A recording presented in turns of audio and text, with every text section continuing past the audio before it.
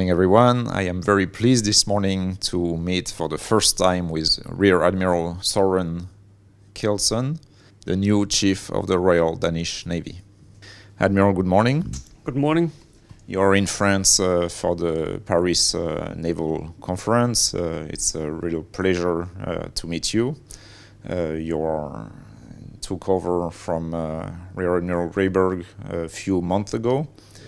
Can you please first share your priorities as the new Admiral Danish Fleet? Yes, I can do that. As you said, I took over recently, 1st of December last year, so I'm fairly new in my seat. But my priorities are, first of all, to get the Navy ready for combat. That is the top priority.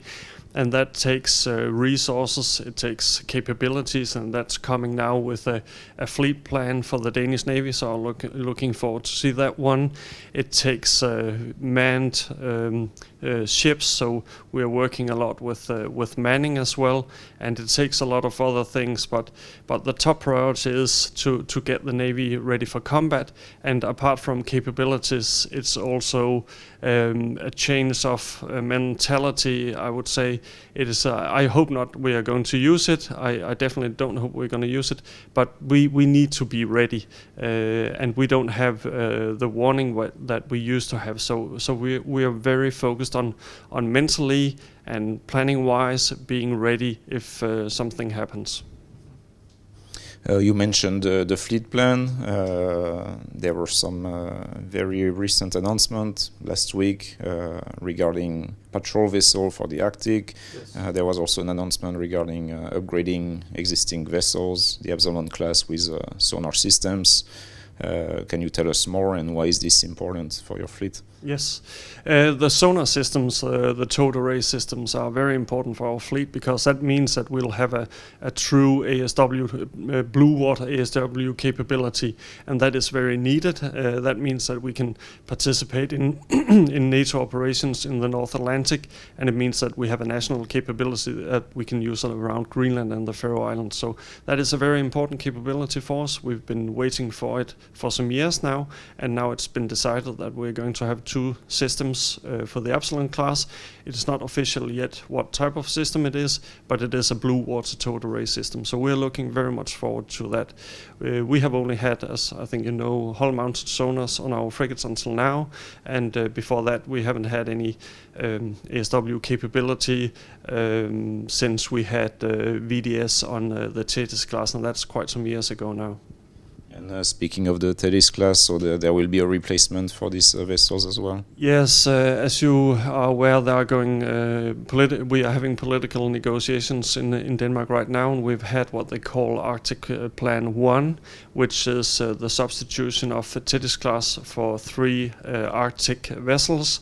There's going to be an Arctic Plan 2 or Arctic Package 2. I don't know the content of that yet.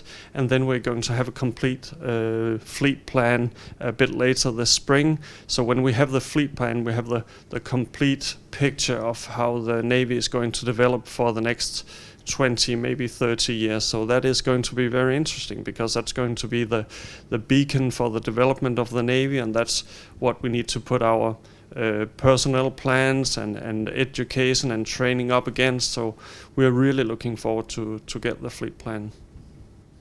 Lastly, Admiral, on the topic of CUI, critical undersea infrastructure, that was one of the topics discussed yesterday at a conference.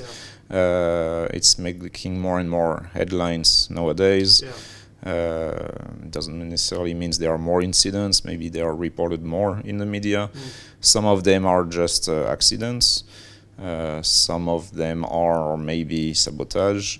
How challenging is it for a Navy, to make the difference between the two, and how do you address this challenge? Yeah, well, basically it's a very complicated area. So I think the discussions yesterday showed us, and there's a lot of dilemmas.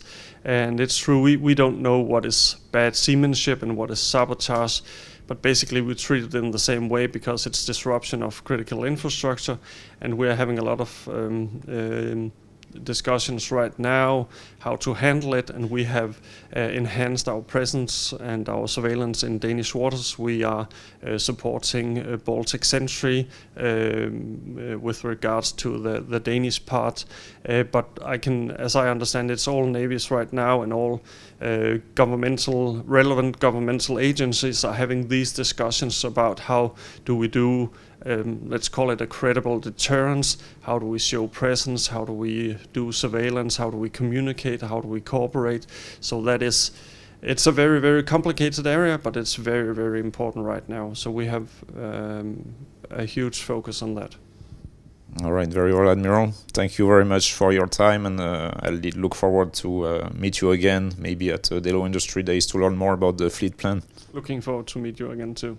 Thank you. Thank you.